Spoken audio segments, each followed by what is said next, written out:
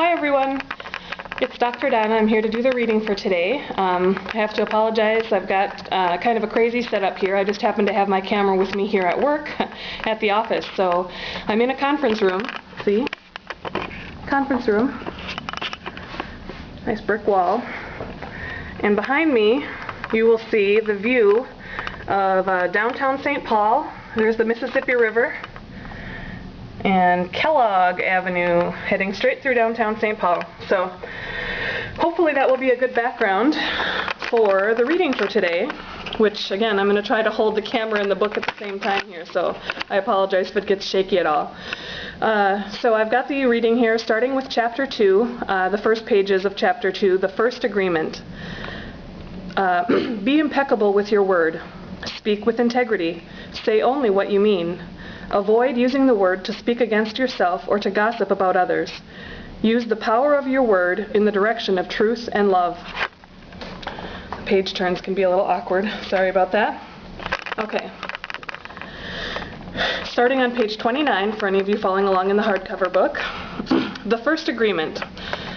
The first agreement is the most important one and also the most difficult one to honor. It is so important that with just this first agreement, you will be able to transcend to the level of existence I call heaven on earth. The first agreement is to be impeccable with your word. It sounds very simple, but it is very, very powerful. Why your word?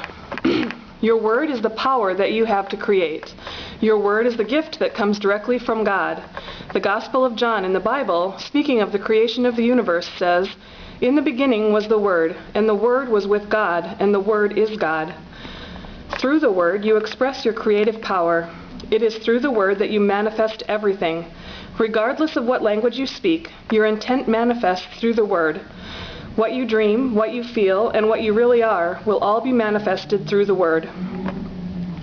The Word is not just a sound or a written symbol. The Word is a force.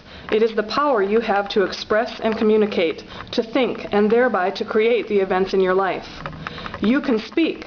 What other animal on the planet can speak? The word is the most powerful tool you have as a human.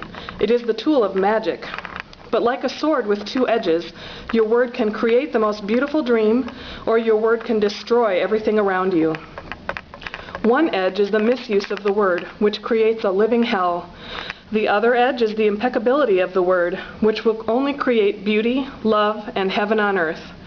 Depending on how it is used, the word can set you free, or it can enslave you even more than you know. All the magic you possess is based on your word. Your word is pure magic, and the misuse of your word is black magic. The word is so powerful that one word can change a life or destroy the lives of millions of people. Some years ago, one man in Germany, by the use of the word, manipulated a whole country of the most intelligent people. He led them into a world of war with just the power of his word. He convinced others to commit the most atrocious acts of violence. He activated people's fear with the word, and like a big explosion, there was a killing and war all around the world. All over the world, humans destroyed other humans because they were afraid of each other.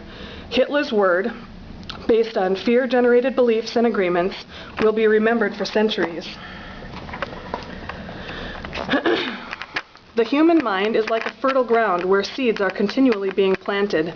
The seeds are opinions, ideas, and concepts. You plant a seed, a thought, and it grows. The word is like a seed, and the human mind is so fertile. The only problem is that too often it is fertile for the seeds of fear.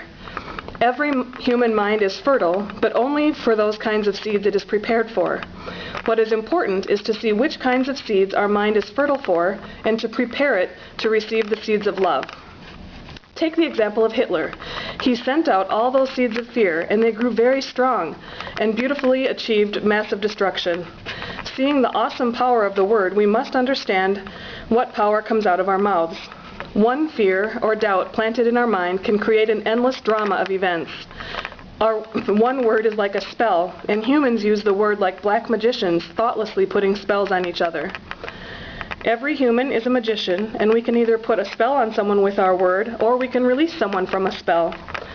We cast spells all the time with our opinions, An example, I see a friend and I give him an opinion that just popped into my mind. I say, I see that kind of color in your face in people who are going to get cancer. If he listens to the word and if he agrees, he will have cancer in less than 1 year. That is the power of the word. During our domestication, our parents and siblings gave their opinions about us without even thinking.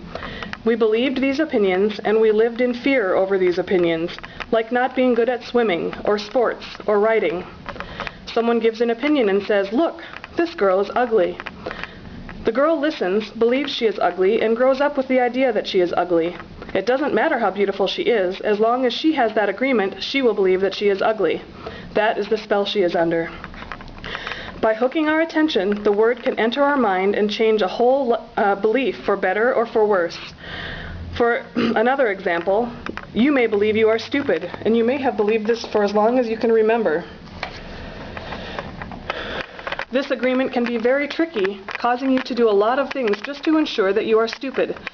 You may do something and think to yourself, "I wish I were smart, but I must be stupid or I wouldn't have done that." The mind goes in hundreds of different directions, and we could spend days getting hooked by just that one belief in our own stupidity. Then one day, someone hooks your attention and, using the word, lets you know that you are not stupid. You believe what that person says and make a new agreement. As a result, you no longer feel or act stupid. A whole spell is broken just by the power of the word. Conversely, if you believe you are stupid and someone hooks your attention and says, "Yes, you really are the most stupid person I've ever met," the agreement will be reinforced and become even stronger.